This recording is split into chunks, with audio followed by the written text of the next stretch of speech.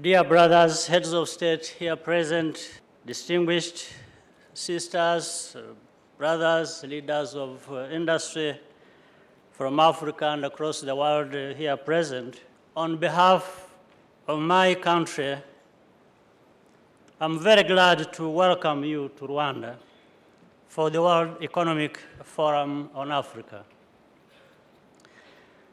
There is something significant in WEF's approach to Africa that I would like to emphasize at the outset. It is free of pity and apprehension. The Africa that the world meets through WEF is a continent of opportunity and partnership, and a full actor in the story of globalization, sharing common values and ambitions. Moreover, to be able to convene the forum here in Rwanda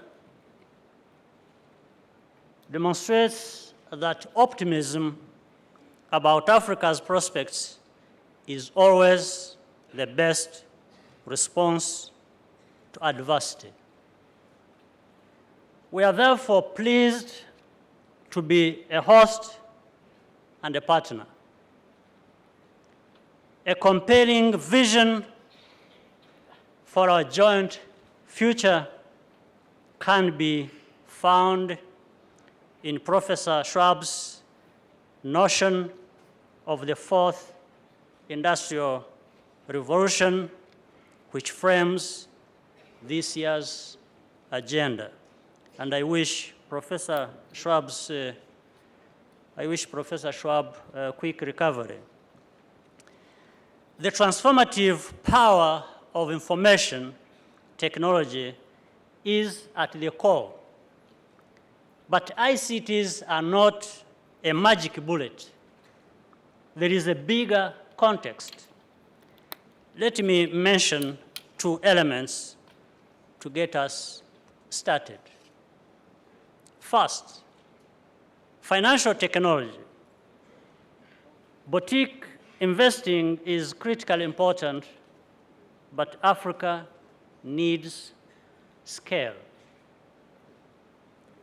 That means building the deep and efficient capital markets that enable institutional investors, such as pension funds, to achieve stable, reliable returns by investing in African infrastructure and businesses. ICTs are making such markets platforms commercially viable for the first time. But we need to be thinking even bigger because Africa needs access to that capital in order to grow. Second, and the most important of all, is what we might call people technology.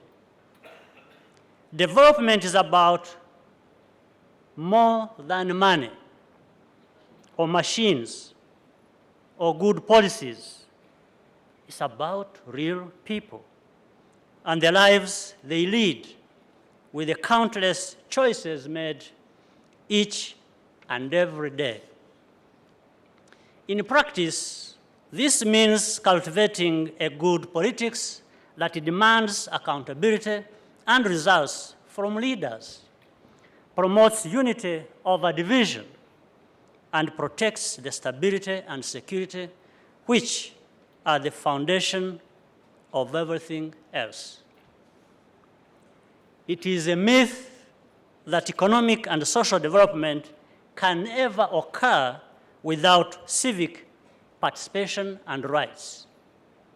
It is also a myth that there is only one acceptable way to build a just, free, and equitable society. Finally, let me conclude by stressing that our hopes and ambitions for the future must be built on a foundation of clear-headed realism. The fourth industrial revolution builds on the previous ones, which largely passed Africa by. As a result, our continent barely registers in global value chains.